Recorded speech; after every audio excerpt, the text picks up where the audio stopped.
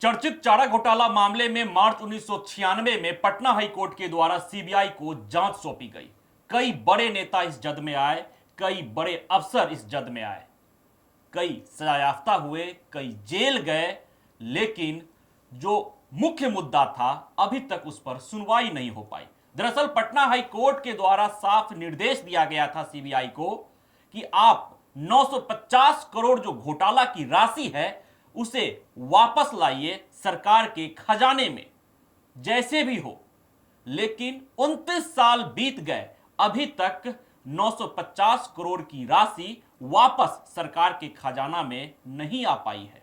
और अब एक बार फिर से बिहार सरकार के द्वारा पहल की जा रही है। बिहार सरकार हर वो संभव कोशिश कर रही है जिस माध्यम से 950 करोड़ की राशि बिहार सरकार के खजाने में आ जाए। बिहार में इस वर्ष चुनाव होने हैं, बिहार विधानसभा चुनाव, और इस चुनाव से पहले एक बार फिर बिहार की सियासी सरगर्मी चारा घोटाला मामले को लेकर तेज हो गई है। हमारे साथ हमारे सहयोगी अमित है। अमित, सियासी सरगर्मी तेज हो गई है चारा घोटाला मामले में। पहले तो कई लोग जेल भी गए, कई परिवार तबाह हुए। एक बड़ा सियासी परिवार बिहार का जो कहा जाता है, उनका राजपाट चला गया, मामला दबसा गया था। लेकिन 29 साल के बाद एक बार फिर से, हालांकि इस बीच कई मामले हुए, कई बार लोग जेल गए, नेता जेल गए, अफसर जेल गए, लेकिन अब जो बिहार सरकार दावा कर रही है कि हर संभव कोशिश की जाएगी और हर वो कोशिश की जाएगी जिस माध्यम से 950 करोड़ की राशि सरकार के खजाने में आई। देखिए विश्वजीत, जो बात बता रहे हैं, जो घटना बता रहे हैं, जो खबरें बता रहे हैं, देखिए अखबारों ने भी इसको प्रमुखता दी है और बिहार की राजनीतिक जो है परिदृश्य अभी यही है और बिहार की राजनीतिक चर्चा भी अभी यही है कि बिहार में एक बार फिर से चारा घोटाले को लेकर के राज्य सरकार जो है अब चाहती है कि कोर्ट से जो है इसका निपटारा हो। और सबसे बड़ी बात है कि 950 करोड़ रुपये उसकी वापसी हो, वो सरकार के खाते में आए, ये बड़ी बात है।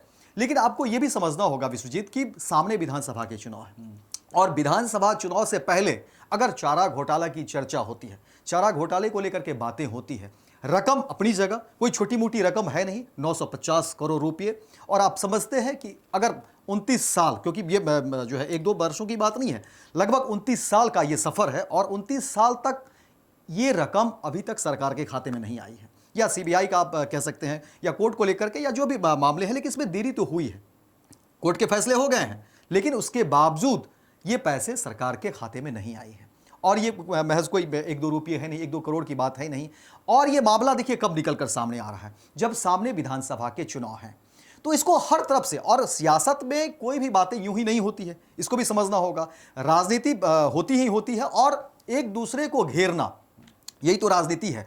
और अब देखिए कि सरकार ने एक बड़ा पत्ता फेंका है, सामने जो है विपक्ष के चेहरे होंगे। और इस चारे घोटाले में देखिए कि कई सारे अधिकारी भी जद में हैं, सफेद पोस्ट तो हैं, लेकिन इस जद में कई सारे अधिकारी भी हैं।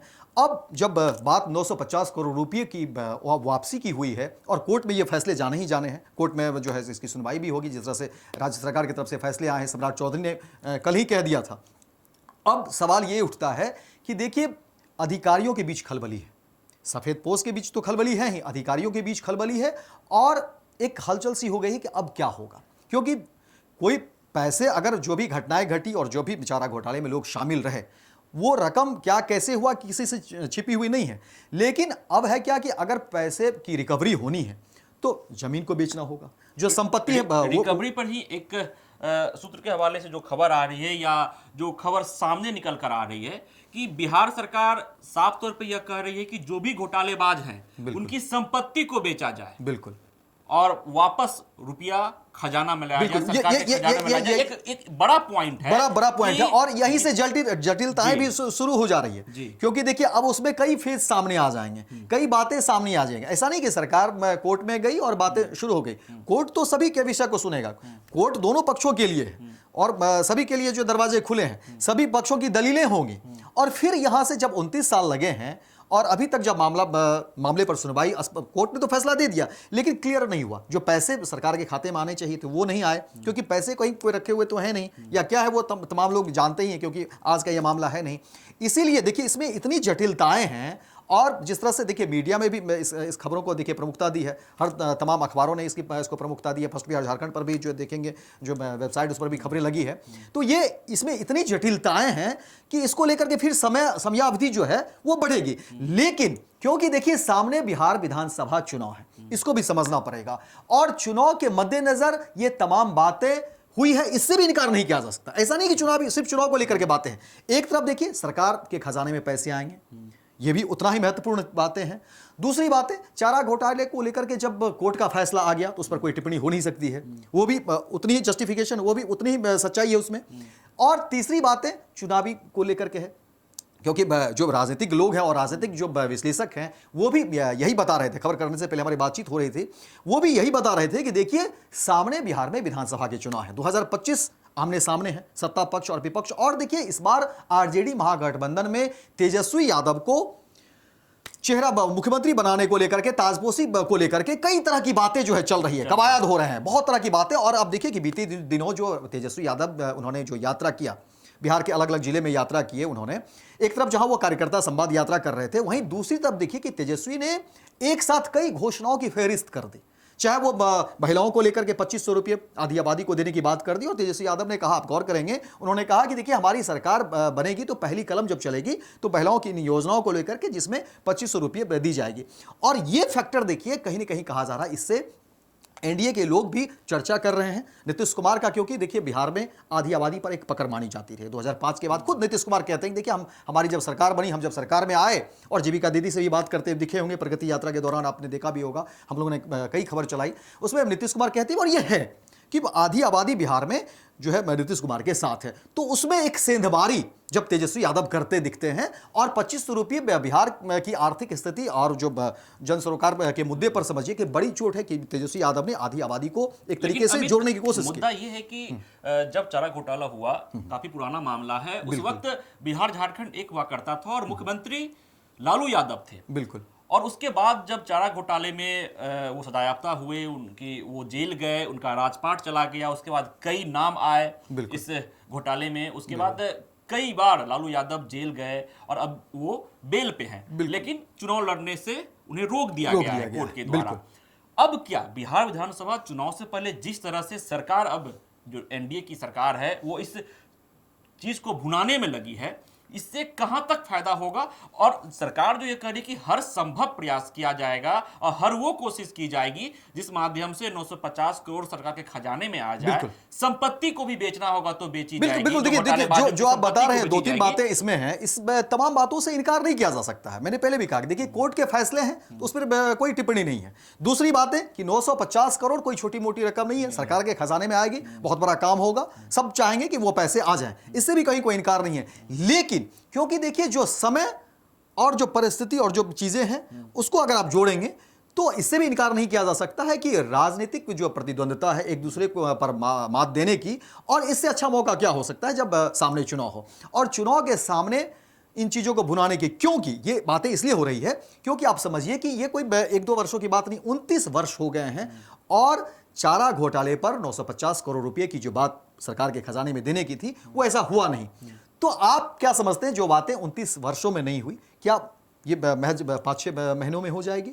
ऐसा नहीं हुआ, क्योंकि जटिलताएं, क्योंकि इसमें जटिलताएं हैं। ऐसा नहीं कि कहीं पर पैसे रखे हुए हैं और वहां से उसको ला करके सरकारी खजाने में रख दिए या खाते में जमा कर दिए गए, उसमें कई सारी विसंगतियां भी हैं, कानूनी पेचीदगियां भी है, उसको भी समझना होगा। क्योंकि देखिए जब आप किसी को फॉर्म पर लाते हैं, आप उनको पैसे जमा करने हैं, तो इसमें कोई 1-2 व्यक्ति भी नहीं है, कई सफेदपोश हैं, जाहिर तौर पर अधिकारी हैं। लेकिन अब जब पैसे जमा करने की बात है तो उसमें सबकी अपनी दलीलें होंगी, सबके जो अधिवक्ता हैं, लॉयर हैं, या सबके जो तरफ से जो दलीलें दी जाएगी उसमें अलग अलग तरह की दलीलें दी जाएंगी, स्वास्थ्य को लेकर के अलग अलग परिस्थितियां गिनाई जाएगी, और जाहिर तौर पर सबकी अपनी अपनी परिस्थितियां भी होती है। देखिए मामला क्या है, चारा घोटाले को लेकर के क्या है वो तो बातें हो गई, लेकिन अब जब मामला है कि सरकार के खजाने में 950 करोड़ रुपए क्या आएंगे या नहीं आएंगे, आएंगे तो क्या 3-4 महीनों में आ जाएंगे, चुनाव से पहले ये पैसे आ जाएंगे, तो खारिज नहीं किया जा सकता। लेकिन हाँ, एक तरीके से ये जरूर कहा जा सकता है कि ये थोड़ा मुश्किल है, इसमें जटिलताएं हैं। इस बात से जो जानकार लोग हैं वो भी इनकार नहीं करेंगे,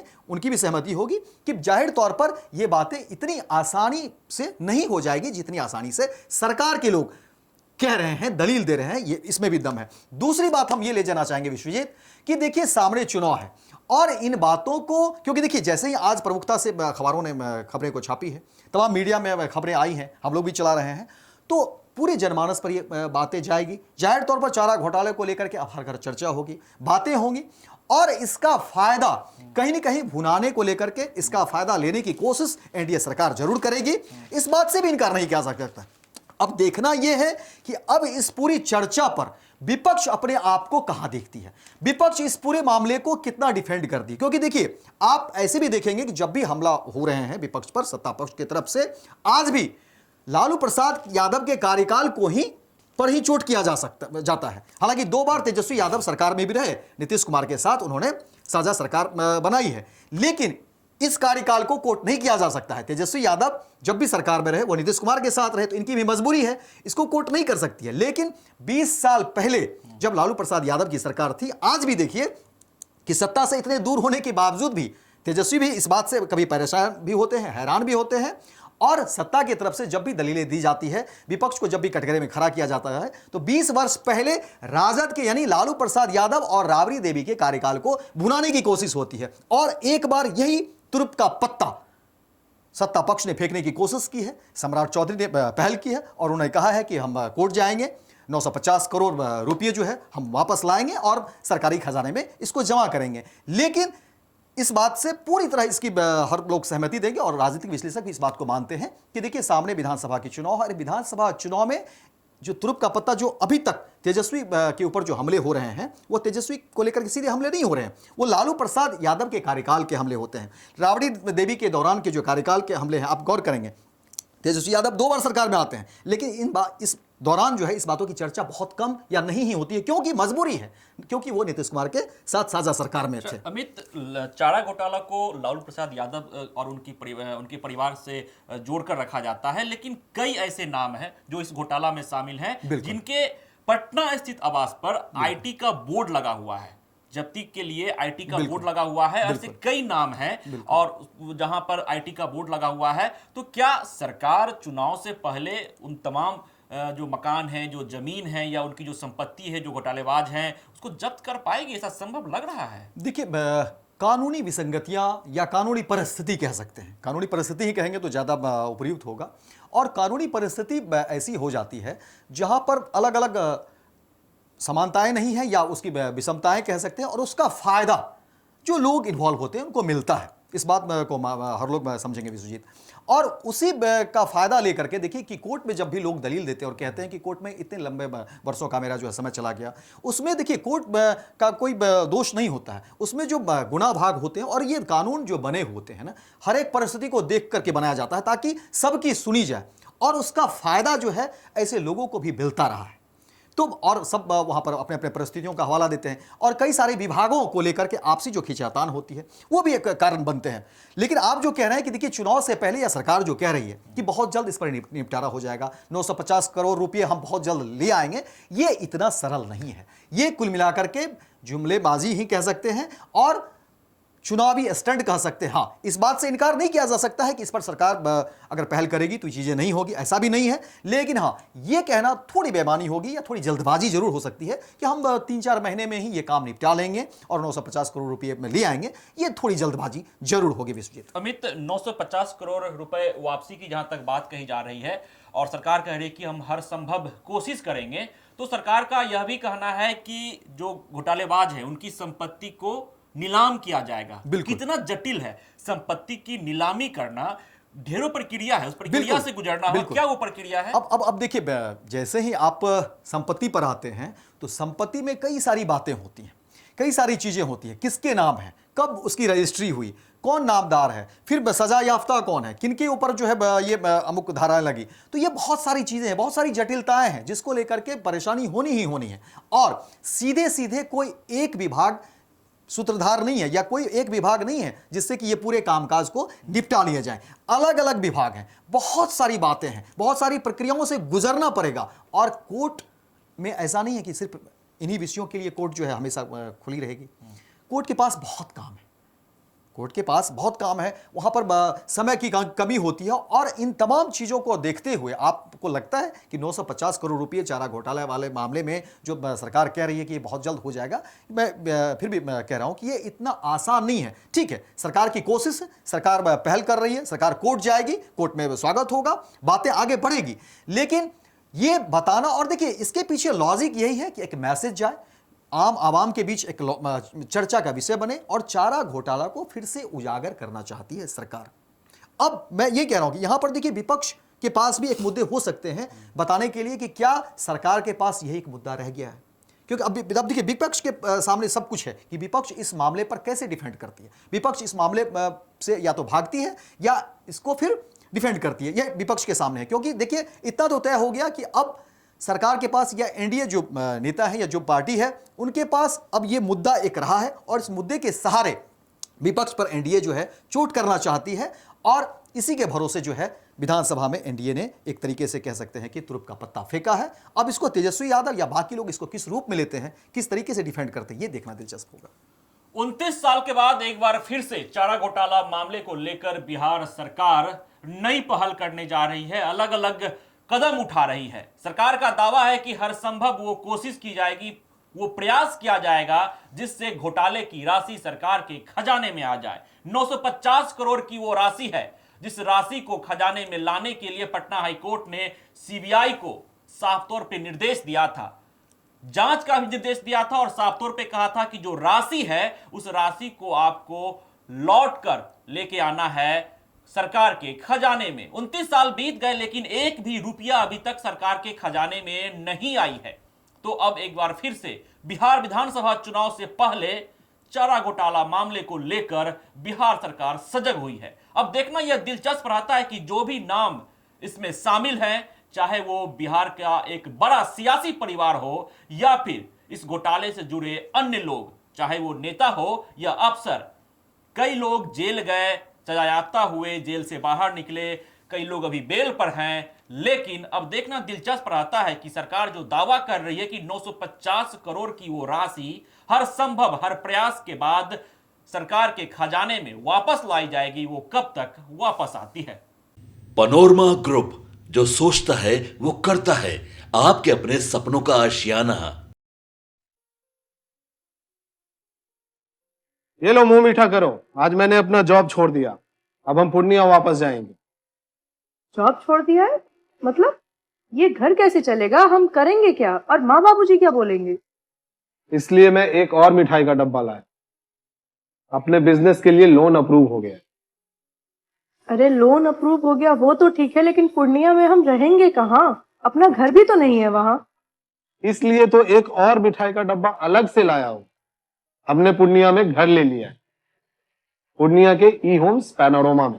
पूर्णिया में पैनोरमा ग्रुप लेकर आए हैं ई होम्स पैनोरमा। बड़ा घर, आलीशान जिंदगी और अत्याधुनिक सुविधाओं के संग। अरे अब क्यों मुंह मीठा करवा रही हो? क्योंकि हम घर वापसी जो कर रहे हैं। घर वापसी की खुशी पूर्णिया में ई होम्स पैनोरमा के संग। E Homes Panorama, luxurious lifestyle redefined.